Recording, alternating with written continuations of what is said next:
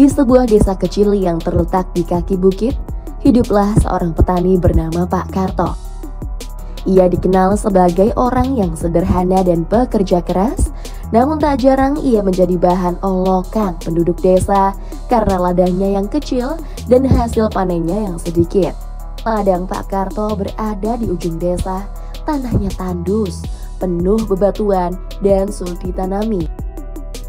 Namun, ia tetap bertahan dengan harapan bahwa suatu hari usahanya akan membuahkan hasil. Pak Karto, kapan kau berhenti bermimpi? Ladangmu itu seperti batu, tidak akan menghasilkan apa-apa.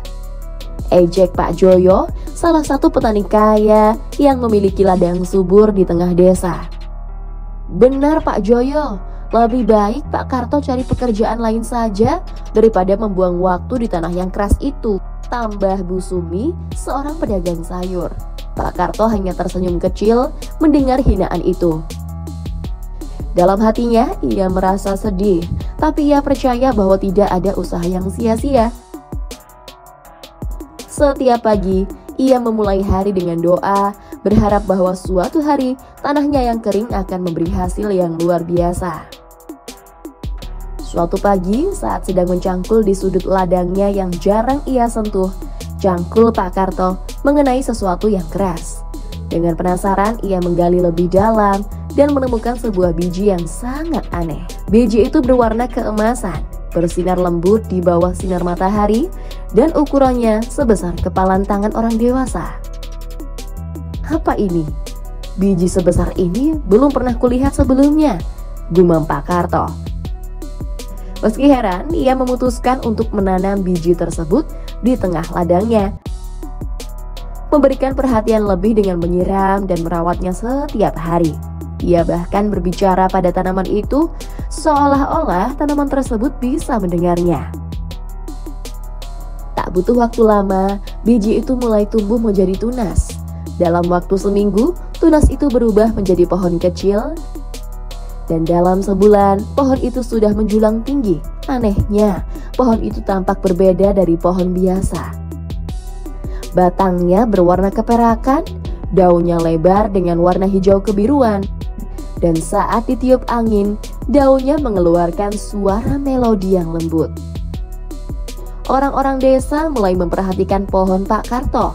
Mereka sering berkumpul di tepi ladang, menunjuk-nunjuk dan berbisik satu sama lain. Apa pohon itu bisa menghasilkan buah? Atau itu hanya pohon aneh yang tidak berguna? Kata salah satu penduduk. Paling-paling itu hanya tumbuhan liar yang tak ada harganya, tambah yang lain. Namun Pak Karto tidak peduli dengan komentar mereka. Ia terus merawat pohon itu dengan hati-hati. Ia merasa bahwa pohon ini adalah hadiah istimewa, meskipun ia belum tahu apa manfaatnya. Beberapa bulan kemudian, pohon itu mulai berbunga. Bunganya sangat besar dan kelopak berwarna emas yang memancarkan cahaya lembut di malam hari. Aroma bunganya manis dan menenangkan, membuat siapapun yang menciumnya merasa damai. Tak lama setelah itu, bunga-bunga tersebut berubah menjadi buah. Buah yang tumbuh di pohon itu sangatlah aneh. Ukurannya jauh lebih besar dari buah-buah biasa, hampir sebesar gentong air. Kulitnya berwarna merah tua dengan pola emas yang berkilauan. Orang-orang desa yang penasaran mulai berdatangan untuk melihat buah itu. "Buah apa ini Pak Karto? Apakah bisa dimakan?" tanya Bu Sumi dengan nada setengah mengejek. "Hati-hati, jangan-jangan buah ini beracun," tambah Pak Joyo yang masih sering meremehkan Pak Karto. Namun Pak Karto tetap sabar. Ia memutuskan untuk menunggu buah itu matang sepenuhnya sebelum mencoba memetiknya.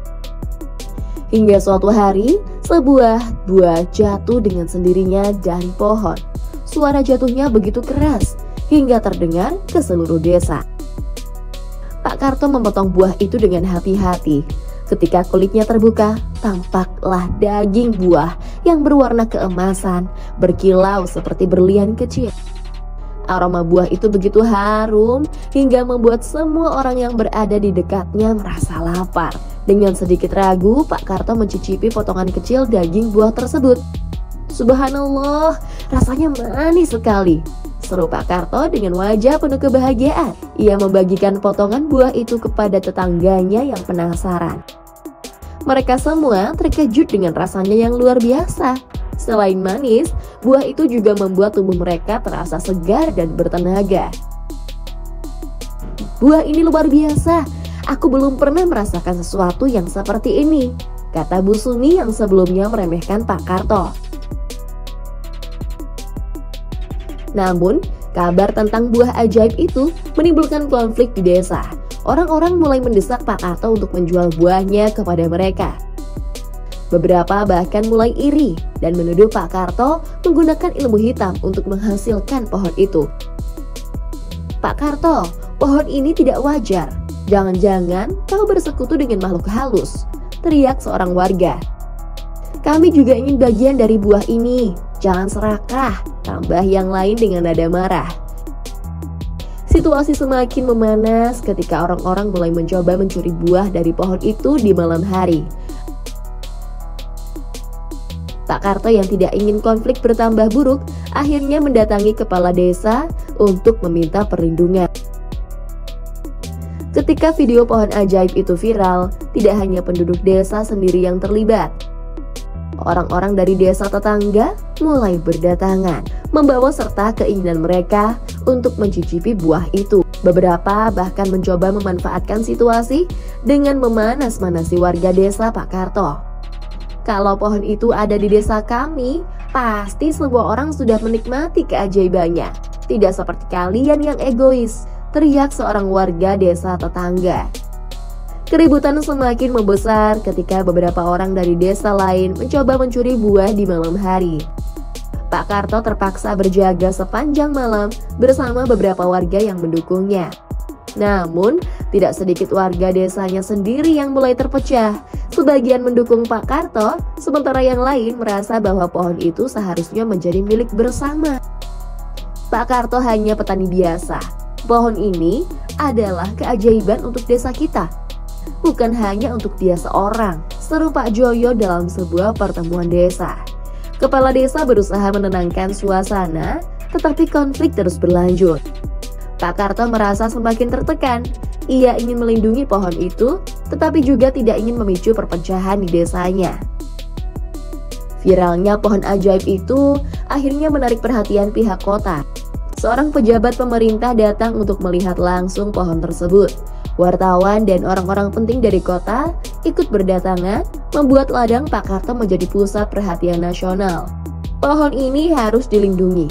Kita bisa menjadikannya sebagai aset pariwisata, kata seorang pejabat dengan penuh semangat. Rencana itu justru menambah konflik. Pak Karto merasa bahwa pohon itu bukan untuk dijadikan objek komersial. Pohon ini adalah amanah. Buahnya hanya untuk kebaikan, bukan untuk diperjualbelikan secara berlebihan, ujar Pak Karto dengan tegas. Beberapa warga mendukung keputusan Pak Karto, tetapi ada juga yang merasa kecewa karena mereka melihat peluang besar untuk mendapatkan keuntungan. Setelah melalui banyak konflik dan ketegangan, Pak Karto akhirnya mengusulkan solusi yang adil. Ia mengizinkan buah-buah dari pohon itu dibagikan kepada warga desa secara bergiliran. Sementara sebagian digunakan untuk membantu masyarakat yang membutuhkan di desa dan sekitarnya. Ia juga mendirikan sebuah tempat khusus di ladangnya untuk menerima pengunjung dengan syarat mereka membawa bantuan untuk masyarakat kurang mampu. Pak Karto juga mengundang para pemimpin dari desa-desa tetangga untuk berdiskusi tentang bagaimana pohon ini bisa dimanfaatkan bersama tanpa melanggar prinsip-prinsip kebersamaan. Pertemuan itu berlangsung tegang, tetapi akhirnya disepakati bahwa buah dari pohon tersebut akan digunakan untuk mendukung kegiatan sosial seperti pembangunan sekolah, bantuan kesehatan, dan kebutuhan pangan. Kisah pohon ajaib Pak Karto menjadi pelajaran besar bagi semua orang. Desa yang awalnya terpecah karena keserakahan, kini menjadi pusat keharmonisan dan kerjasama. Anak-anak di desa itu tumbuh dengan bahagia.